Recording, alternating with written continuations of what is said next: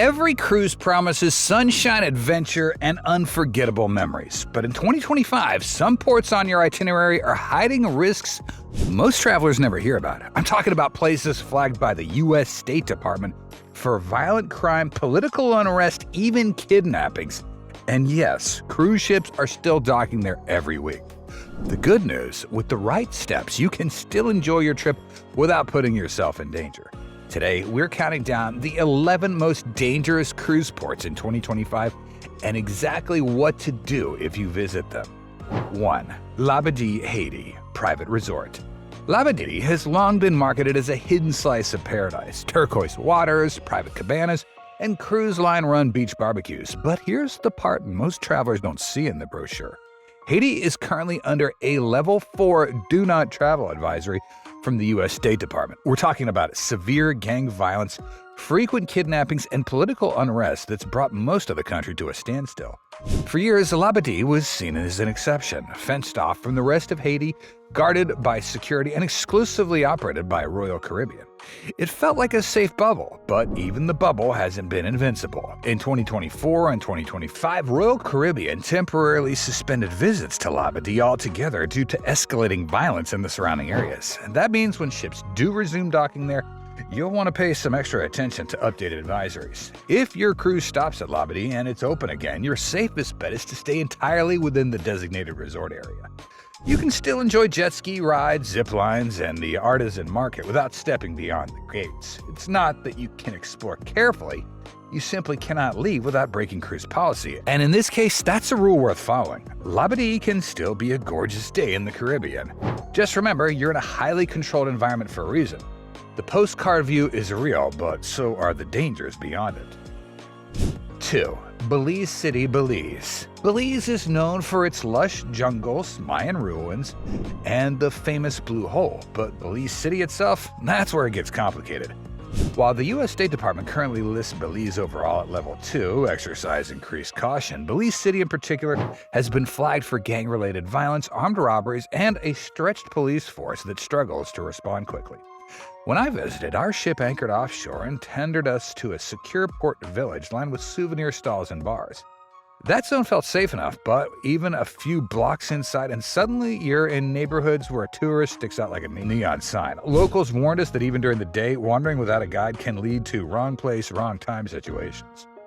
The thing about Belize City is that it's not really the destination most people come for anyway. The true treasures, cave tubing through ancient limestone systems, exploring Mayan temples like Altunha, or snorkeling the Belize Barrier Reef are all well outside the city and only reachable via tours. If you want to experience Belize, book an excursion through your cruise line or a highly rated local operator that picks you up directly from the port gates. Avoid roaming on foot beyond the terminal, and if nothing on the excursion list excites you, honestly, a quiet day on board with an empty pool deck can be just as rewarding and much safer. Before we continue, if you find these sort of tips helpful, give us a subscribe and a thumbs up. Helps us keep the lights on around here. Now, back to the video. Number 3. Montego Bay, Jamaica. Jamaica is a Caribbean dream in every travel ad. White sand beaches, reggae beats drifting in the air, and rum punch at sunset. But step beyond the glossy postcards and you'll find a different reality. Montego Bay and other Jamaican cruise stops like Ocho Rios and Falmouth are under a Level 2 to 3 advisory depending on the year and region because of extremely high murder rates, gang activity, and violent crime. Some of the worst in the Western Hemisphere. The risk isn't limited to back alleys at midnight. Armed robberies, carjackings, even assaults have occurred in broad daylight in areas that were supposed to be safe. The U.S. government has even prohibited its personnel from visiting certain neighborhoods entirely. When I cruised into Montego Bay, I noticed how secure the port felt, fenced, guarded, and patrolled. But the moment you step outside that perimeter, it's a whole different ballgame. Locals will offer unofficial taxi rides and private tours at these tempting prices. Decline politely. Many crimes against tourists happen in these exact scenarios. Your safest plan is to book excursions through your cruise line. Think Dunn's River Falls, river rafting, or time at vetted resorts. Those tours have vetted drivers, local knowledge, and set safety protocols. Jamaica can still give you a magical day, but only if you respect the safety boundaries. Here, caution isn't just about being paranoid, it's about being realistic. 4. Cozumel, Mexico. Cozumel is often billed as one of Mexico's safer cruise destinations, but in 2025 that gets more complicated. While the island itself feels more relaxed than mainland points like Mazatlan or Acapulco, recent increases in cartel activity, extortion, and targeted robberies have raised concerns even in tourist areas close to the cruise terminal. When I last visited, the port was bustling with jewelry shops, tequila tastings, and dive operators. It all looked harmless, but locals told me cartel-linked violence in nearby Playa del Carmen and ferry routes has on occasion spilled over, and that's why the Mexican government and federal forces have stepped up patrols in Cozumel. This doesn't mean you should skip the stop entirely, just be intentional about where you go. Stick to official excursions or explore within walking distance of the port. If you want to snorkel or dive, book with a highly rated operator that works closely with cruise lines. Avoid wandering into town after dark and don't flash cash or expensive jewelry. One thing I did notice, the safe bubble shrinks the farther you get from the waterfront. Taxis are plentiful, but not all regulated. Unless your transport's arranged through the cruise or a reputable vendor, skip it. Cozumel still offers some of the best reef diving in the Caribbean. Just enjoy it with your eyes open and your plans locked in. 5. Roatan, Cox and Hole, Honduras. Roatan is the kind of port that can fool you. Its beaches are gorgeous, the water's electric blue, and the cruise at the terminal at Cox and Hole is welcoming. But Honduras as a whole sits under a level 3 advisory because of violent crime, drug trafficking, and limited police presence outside tourist zones.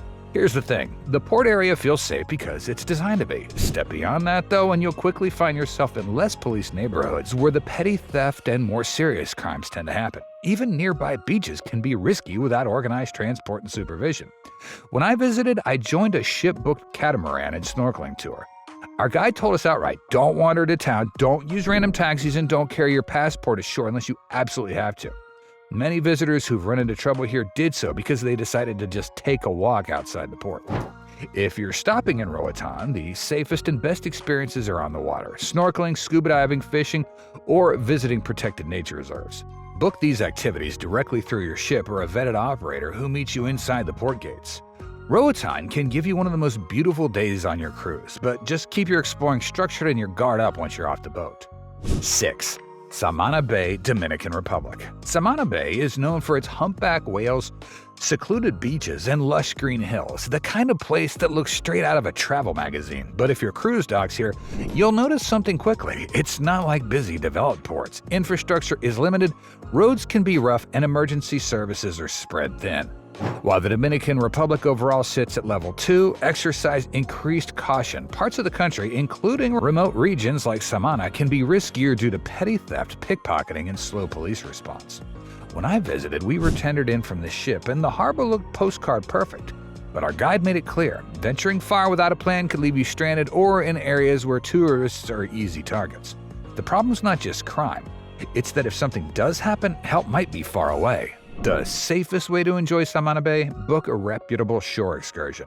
Whale watching in season, a guided hike to El Limon waterfall, or a beach day at Cayo Levantado. Stay with your group, avoid wandering into town alone, and be careful with valuables. Samana can give you a magical Caribbean day, but it's one of those ports where logistics and safety depend on structure. Here, planning's not optional, it's essential. 7. Santa Marta, Colombia. Santa Marta has a vibrant charm. Colorful colonial streets, mountains meeting the sea, and access to the Tayrona National Park. But Colombia remains under a level 3 advisory. Reconsider travel because of armed robberies, express kidnappings, and gang activity. Even tourist areas aren't entirely immune. When I was there, the contrast was striking. Our tour guide walked us through gorgeous plazas but warned us to keep phones hidden and backpacks in front. Pickpocketing is common, but there have also been cases where tourists get targeted for quick kidnappings, forced to withdraw cash, then released. These incidents don't happen to everyone, but they happen enough to show up on your radar. If you're visiting Santa Marta, stick to cruise-organized excursions or highly rated tours that include secure transport. Popular options include Tayrona's beaches, Quinta de San Pedro, Alejandrino, Simon Bolivar's final home, or guided walks. Avoid traveling alone and be especially cautious in crowded markets or bus terminals. Santa Marta is breathtaking, but the risks are real. Treat the city with respect and keep your guard up while enjoying its beauty. 8. La Romana, Dominican Republic. La Romana is the gateway to beautiful attractions.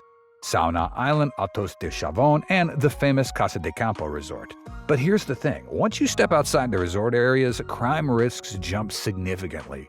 The Dominican Republic's Level 2 advisory still warns of armed robberies and assaults, especially in less policed neighborhoods. When I visited, we had a private driver through our cruise excursion, and even he cautioned us against exploring beyond the main tourist shops. Unregulated taxis, unfamiliar side streets, and venturing out after dark always lead to trouble. If you dock here, your best bet is a structured day trip. Samana Island by catamaran is a classic, or visiting Altos de Chavon, a charming replica Mediterranean village. Both are typically offered as official excursions with vetted operators. La Romana can be stunning, but like many Caribbean ports, the safe bubble is limited. Step outside if unprepared, and you risk more than just a bad day. You could ruin your whole trip. 9. Nassau, Bahamas. Nassau is one of the most visited cruise ports in the whole world, and it's easy to see why. Turquoise waters, pastel colonial buildings, and a bustling harbor, but it also carries a consistent Level 2 travel advisory for violent crime. Armed robberies, assaults, and theft can happen in daylight, even in busy tourist areas. I remember weaving through the famous straw market. The energy was amazing, but I kept my bag zipped and my phone out of sight after hearing about pickpocketing incidents from other passengers. It's not just petty theft either. Some visitors have been targeted in areas only a few streets from the terminal. Wandering into quieter neighborhoods or flashing valuables can make you stand out instantly. Your best bet is to stay in high-traffic, tourist-friendly zones and use official or cruise-vetted transportation. Popular excursions like the Atlantis Resort, Blue Lagoon Island, or snorkeling tours offer more controlled, safer environments. Head back before dusk because the crime rates climb after dark, and avoid secluded beaches unless you're with a trusted guide. Nassau can absolutely be the highlight of your cruise. Just remember, in this port, blending in and staying alert are just as important as sunscreen. 10. Port Said, Egypt. Port Said is your entry port into the Suez Canal, a place steeped in maritime history and bustling with trade. But it's also a region where terrorism threats, civil unrest, and street crime remains concerning. Egypt's security presence has increased in recent years, but the U.S. still advises caution, especially in large gatherings or politically tense periods. When I visited, the markets were alive with color and sound, vendors calling out, spices filling up the air, but the crowds were dense, and I felt my bag tugged more than once. For women travelers, harassment can be a very uncomfortable reality, especially without a local guide. If your cruise does stop here, avoid unguided exploration. Join a cruise-organized shore excursion, especially if you're visiting major attractions like the pyramids or Cairo's museums. These trips often include secure transport and sometimes even armed escorts. Skip wandering back streets or residential zones on your own and steer clear of political discussions or protests. Situations can shift quickly. Port Said is unforgettable, offering a glimpse into Egypt's culture and history, but it's a port where safety comes from structure. Go in with a plan and you can experience without the unnecessary risk. 11. Puerto Vallarta, Mexico. Puerto Vallarta is famous for its golden beaches, lush jungles, and cobblestone old town, a mix of natural beauty and vibrant culture. But beneath the postcard image, the region has seen cartel-related violence, drug trafficking, and targeted tourist crime in surrounding areas. While the city itself is heavily policed, rural outskirts and certain neighborhoods can be pretty unpredictable. When I visited, the Malecon boardwalk felt safe and lively, street performers, shops, and the sound of waves. But locals advised against traveling far inland without a trusted guide. The main danger here isn't constant crime, it's straying into the wrong place at the wrong time. For a safe visit, stick to cruise-vetted or well-reviewed tours. Whale watching, resort beach days, or cooking classes in established venues are fantastic options. Avoid remote hiking trails unless you're with an experienced operator, and be cautious about accepting offers for private boat trips or excursions from unverified vendors. Puerto Vallarta can be magical, the kind of place you want to go back to. Just keep your day within well-traveled zones and you'll leave with memories of sunsets and surf, not safety scares. The truth is, cruising is still one of the easiest, most relaxing ways to travel. But once you step off that ship, that safety bubble is not guaranteed. Every port, no matter how beautiful, comes with its own risks, and smart travelers know how to plan around them. Research your stops, book vetted excursions, and never assume cruise port means carefree exploring. So, what's the most sketchy port you've ever been to? Drop it in the comments. Your story could help another cruiser stay safe. And if you found this helpful, give it a like and subscribe for more insider cruise tips.